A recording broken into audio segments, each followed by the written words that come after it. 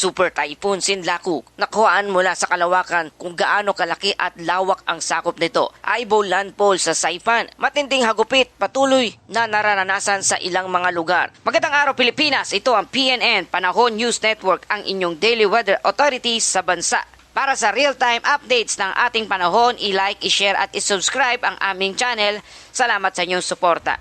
Mga kababayan, ngayong araw ng Miyerkules, April 15, 2026 na po tayo. Narito na ating update sa panahon. Panoorin ang pambihirang kuha mula sa international space. Kitang-kita ang perpektong mata ng bagyo. Makikita ang napakalawak na spiral clouds, isang malinaw na indikasyon ng isang napakalakas at organisadong sistema. Ayon sa Joint Typhoon Warning Center, maximum sustained wind nito ay umaabot na sa 280 km per hour at may pagbugso na umaabot sa 335 km per hour. Ibig sabihin mga kababayan, isa ito sa pinakamalakas na bagyo sa buong mundo ngayong taong 2026 at kabilang sa pinakamapanganib ngayong taon. Matinding epekto na ngayon ay nararanasan sa lugar ng Saipan at buong Northern Mariana Islands. Kasalukuyang sitwasyon ay malalakas na hangin, tuloy-tuloy na malalakas na pag-ulan at mapanganib na storm surge.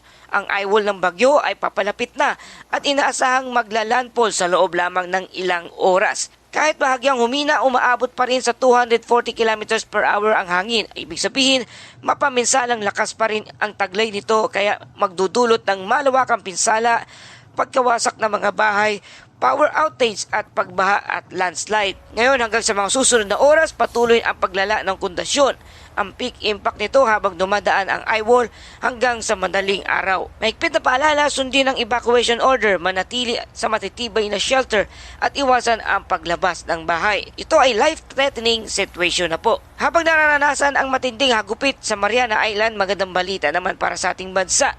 Sa kabila ng lakas ng bagyong Sinlaku o Super Typhoon Sinlaku, hindi ito tatama sa ating bansa o dito sa Pilipinas at hindi ito papasok sa ating Philippine Area of Responsibility na nanatiling malayo sa bansa dahil ito sa High Pressure Area o HPA na nagsisilbing harang para umiwas ito sa ating Philippine Area of Responsibility. Gayunpaman, posibleng malalakas na alon, rip current, lalo na sa silangang baybayin ng mga lugar tulad ng Siargao. Sa kasalukuyang panahon dito sa ating bansa, sa ngayon mainit at malinsangan at may isolated thunderstorm. Walang direktang epekto mula sa Super Typhoon Sinlaku. Mga kababayan, ang nakita nating footage mula sa kalawakan ay nagpapatunay na ganap na organisado ang isang super bagyo o Super Sinlaku. Napakalakas na core nito at isa itong textbook example ng super typhoon. Ngunit dahil sa atmospheric condition, nailayo ito sa ating bansang Pilipinas. Kaya para sa mga apektadong lugar, huwag lalabas habang may bagyo. Sumunod sa authorities at maghanda sa power interruption. Para dito sa ating bansa, mag-ingat sa alon at bantayan ang panahon sa inyong lugar. At para naman sa kabuang panahon at kalagayan ng sitwasyon dito sa ating bansa, ang bagyong Sinlaku ay patuloy na lumalayo dito sa ating bansa at walang direktang banta sa ngayon. Mainit at tahimik ang kalagayan. Patuloy natin binabantayan ang Super Typhoon Sinlaku na nananatili sa labas ng ating Philippine Area of Responsibility o PAR. Ang lokasyon nito ay nasa layong 2,620 kilometro silangan ng Southern Luzon. Napatuloy na taglay ang lakas ng hangin na 185 kilometers per hour hanggang umaabot sa 230 kilometers ang pagbugso nito na kumikilos pa west-northwest sa bilis na 10 kilometers per hour. Kung mapapansin ninyo, bahagyang humina mula sa peak intensity, ngunit nananatiling isang napakalakas na bagyo at patuloy na kumikilos palayo dito sa ating bansa. Dahil ito sa Ridge of High Pressure Area o HPA sa Hilaga at ito ang nagtutulak sa bagyo na huwag pumasok sa ating Philippine Area of Responsibility o PAR. Magandang balita po mga kababayan, wala nga itong direktang epekto at walang malakas na hangin mula sa bagyo at walang malawakang pag-ulan na dulot nito. Sa ngayon, ligtas ang bansa mula sa direktang hagupit ng Super Typhoon Sinlaku. Bagamat malayo, posibleng maranasan pa rin ang bahagyang pagtaas ng alon, banayad na epekto sa silangang baybayin.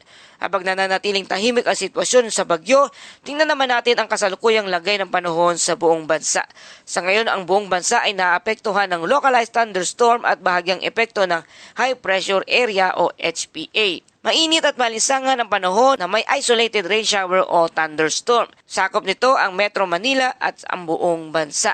Posibleng epekto ay biglang boost ng ulan at pagkulog at pagkidlat at flash flood o landslide dulot ng matinding thunderstorm. Sa kabuuan ng bansa at dako namatay sa hangin at karagatan, mahina hanggang katamtamang hangin at banayad hanggang sa katamtamang pag-alon. Sa Eastern Visayas at Mindanao, ang hangin ay magmumula sa northeast to north winds na may alon mula 1 hanggang 2.5 metro ang taas. Sa North Luzon naman, magmumula ang hangin from southeast to east na may alon na 0.6 hanggang 2.1 metro ang taas. At natitirang bahagi ng bansa from northeast to north na may alon na 0.6 hanggang 1.8 metro ang taas. Wala po tayong gale warning sa ngayon. At ating temperatura na itala 24.8 degrees Celsius. Ang maximum temperature naman ay umaabot sa 33.2 degrees Celsius. Ibig sabihin, mainit at maalinsangan, mataas ang heat index lalo na sa bandang hapon. At ang araw ay sisikat mamayang alas 5:43 ng umaga at lulubog naman ito bandang alas 6 Gs ng hapon. Mga kababayan, sa kabuuan, tahimik man ang panahon, mahalaga pa rin ang pagiging handa at alerto.